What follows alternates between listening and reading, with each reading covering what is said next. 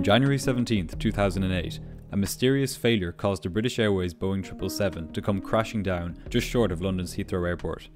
This was the first full loss of a 777 aircraft, which had been operating without serious issue since 1995. In a strange twist, the culprit in this accident seemed to vanish after the crash, leaving investigators puzzled. Speculation was rife after the accident, with some saying that a software glitch may have downed the aircraft, or that there may have been radio interference from the Prime Minister's motorcade, which was passing nearby at the time. In the end, investigators found that the cause was both far simpler and far more pernicious. What follows is the curious story of British Airways Flight 38, the flight that showed how a collection of circumstances, which in their own are harmless, can combine to cause an accident. This is also the story of how experience and quick thinking can be the difference between life and death. At about 10 AM local time on January 17, 2008, British Airways Flight 38 pushed back from the gate at Beijing International Airport in China. On board were 136 passengers and 16 crew. The flight was bound for London's Heathrow Airport in England, a 12-hour, 8,000-kilometre journey. In the cockpit on this flight were 3 experienced pilots. Captain Peter Burkle was 43 years old and had 12,700 hours of flying experience under his belt, over 8,000 of which were on the 777. He doesn't know it yet, but in 12 hours he will draw upon this experience to save his own life and the lives of everybody else on board the plane. In the right-hand seat was the senior first officer, John Coward. He was 41 years old and had 9,000 total flying hours, 7,000 of which were on the 777. The other pilot, First Officer Conor McGuinness, was 35 years old and had 5,000 hours of flight experience, just over 1,000 of which were on the 777. The presence of 3 pilots on this flight meant that each of them could take a 3-hour break at some point during the cruise, ensuring that they would all be well rested for the approach into London. The aircraft being used for this flight was 7 years old and had entered service with British Airways in 2001. The 777 was and still is a highly modern aircraft with an excellent safety record. Up until this flight, not a single 777 had been lost in the aircraft's 13 years of service. Flight 38 lifted off the runway at Beijing at 9 minutes past 10 local time and headed northwest towards London. It was carrying 79,000 kilograms of fuel for the long journey. The aircraft's flight plan required it to climb initially to 10,400 metres, or about 34,000 feet, before descending back down to 31,500 feet because of the extremely cold air at that altitude. The air at altitudes used by commercial aircraft is normally very cold. Typical temperatures lie between about -40 and -57 degrees centigrade. On this day, however, conditions were unusually cold, with temperatures as low as -76 degrees centigrade or -105 degrees Fahrenheit. Nonetheless, air traffic control asked the crew if they could climb to about 35,000 feet. The crew accommodated this request and monitored their fuel temperature closely. They knew that they had to ensure that the fuel did not come within 3 degrees of its freezing point, which was -47 degrees centigrade. Even though the outside air was much colder than -47 degrees, the temperature experienced by the surface of the plane, and thus the fuel, was much higher. This is because the friction of the fast-moving air heats the surface of the plane, raising its temperature substantially. At the speeds commercial aircraft travel at, this friction increases the temperature experienced by the plane by about 30 degrees centigrade. As Flight 38 continued across Siberia, it eventually burned off most of its 79 tons of fuel, making it light enough to climb to 40,000 feet. The pilot selected the vertical speed mode of the autopilot and set it to climb at 400 feet per minute until it reached 40,000 feet. It stayed at this altitude until approaching the coast of England from the North Sea. At 2 minutes past noon local time, the pilots began their descent towards London. They first levelled off at 11,000 feet and entered a holding pattern to the northeast of London. They spent 5 minutes in this holding pattern and continued descending to 9,000 feet during this time. They then received radar vectors from air traffic control to line up at runway 27 left at Heathrow. A few minutes later, the pilots were lined up at the runway on final approach. They had the aircraft fully configured for landing at 1,200 feet, with the gear down and the flaps extended to 30 degrees. The autopilot was flying the aircraft at this point, and the autothrottles were controlling the engines. In a few seconds, things would start to go seriously wrong. The autothrottle made some minor adjustments to the engine thrust, increasing and then decreasing it again to maintain the aircraft's final approach speed of 135 knots. However, during one of these increases in thrust, the right engine did not respond. Rather than increasing its thrust in response to the autothrottle command, its thrust actually decreased. 7 seconds later, the left engine experienced the same problem. The aircraft was merely 600 feet above the ground at this point, and less than a minute from touchdown. At this point, air traffic control then cleared the aircraft to land. Speedbird 38, clear line 27 left, the wind 210 knots. Clear line 27 left, speedbird 38. The first officer, who was the pilot flying, noticed that the thrust levers were uneven, with the left lever leading the right. Several seconds later, the autothrottles moved the thrust levers to the full forward position, as they realised that the engines were not producing the commanded thrust. When the aircraft was 430 feet above the ground, the captain made the standard call out of "stable," indicating that the approach could be continued. However, the co-pilot replied, "just." 7 seconds after this, the co-pilot said, "What's happened to the speed? Yeah, but look, what's going on?" He pointed to the thrust levers, which were commanding full thrust, and yet the engines were barely at idle power. He pulled the thrust levers back and then pushed them forward again, but nothing happened. The relief pilot sitting in the jump seat behind the pilots said that it looked as if both engines had failed. However, this wasn't the case, and so the pilots couldn't perform the double engine failure drill. The aircraft was now over a mile from the runway, and it was losing speed and altitude.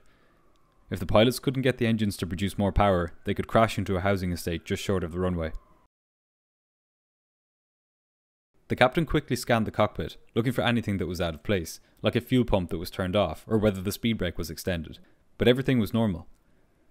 The autopilot tried to pitch the aircraft up in order to maintain its glide path towards the runway, but this decreased the speed further and risked causing the aircraft to stall and fall out of the sky.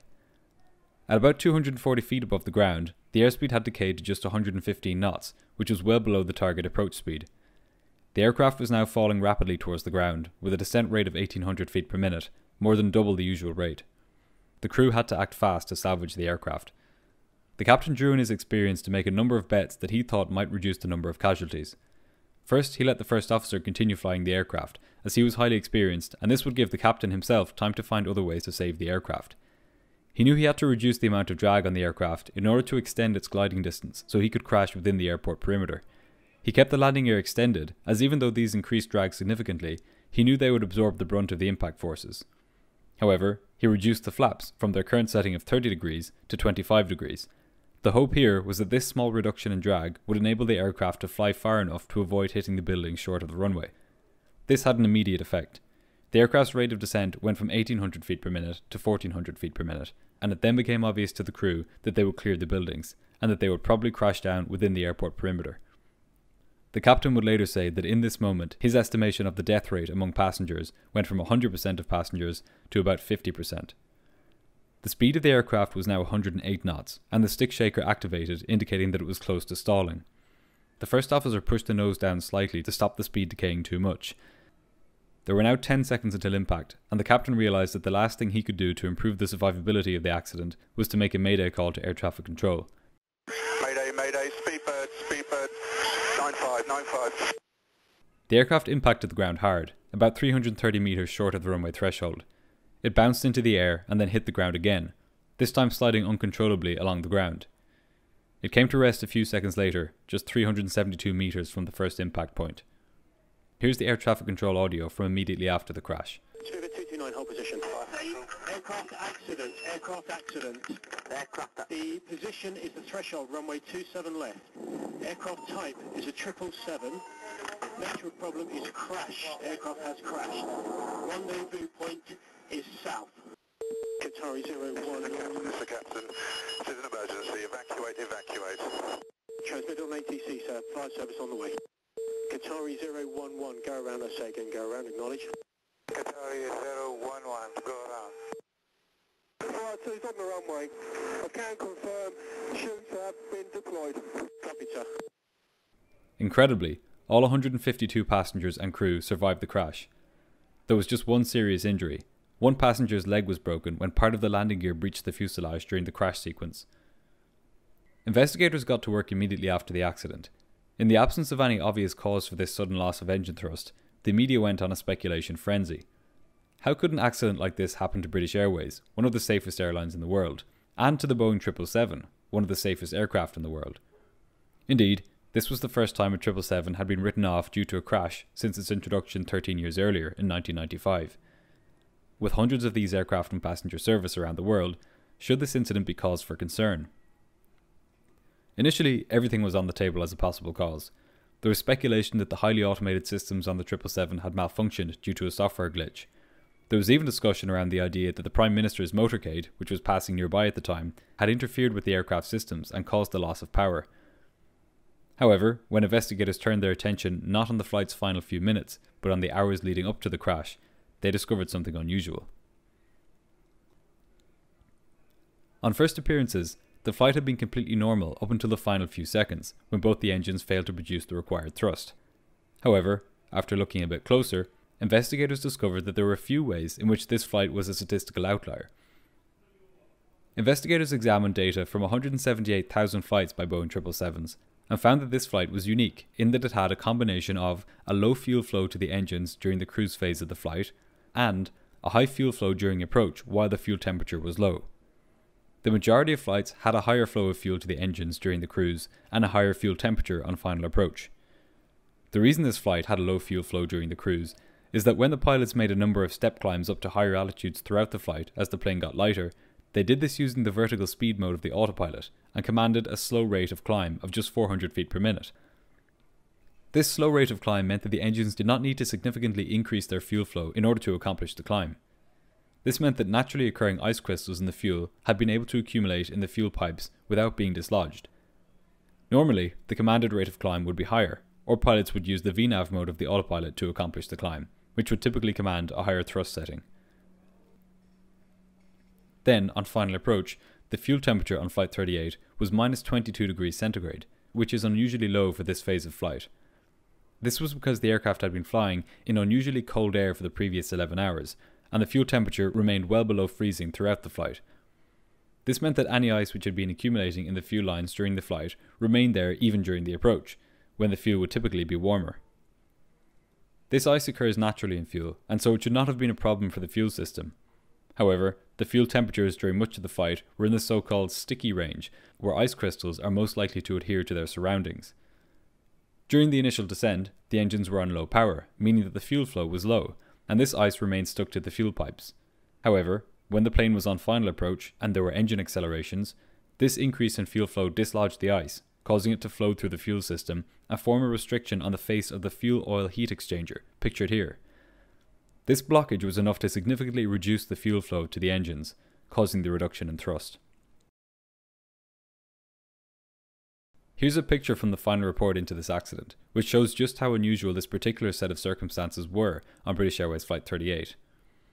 Each of these dots is a flight conducted by British Airways 777. The vertical axis shows the amount of fuel delivered by each main tank, which is below 20 degrees centigrade, and with a maximum fuel flow of 10,000 pounds per hour.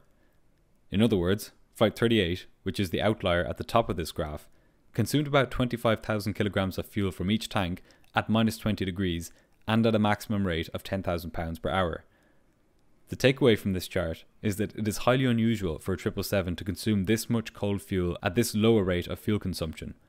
In these very specific and unusual conditions, ice may build up in the fuel lines, and when engine thrust is increased closer to landing, it may be dislodged, where it travels through the fuel lines and causes an obstruction at the fuel oil heat exchange.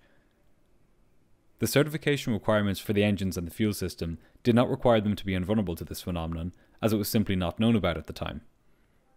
As a result of this accident, Rolls-Royce, the manufacturer of the engines, changed the design of the fuel oil heat exchanger so that it was less vulnerable to ice build-up under these conditions. Boeing also recommended that if pilots suspect a fuel icing problem, they should bring the thrust back to idle for 30 seconds, then increase the thrust to clear the blockage. This could not have been done on British Airways Flight 38, however, given how close it was to the ground when the loss of thrust occurred. In the end, it was miraculous that this flight ended as well as it did. A near total loss of engine thrust on short finals is a life-threatening situation, and the quick-thinking actions of the flight crew saved many lives on board. After the crash, Boeing test pilots spent months recreating the landing in a full-motion Boeing 777 simulator, and were unable to achieve a further glide than was achieved by the pilots on this day. Since these changes to the design of the fuel oil heat exchanger, there has not been another similar accident on the Boeing 777, and it remains to this day one of the safest passenger aircraft in the sky. Special thanks to the members of this channel for helping make this video possible. I'd especially like to thank users EUK95, Andrew Shaishkalov and Antelope Honey for their extremely generous contributions. If you'd like to support the channel and get perks like early access to videos or voting on future episodes, please click the join button. I've also started a Patreon, which is linked here. Thanks again for watching.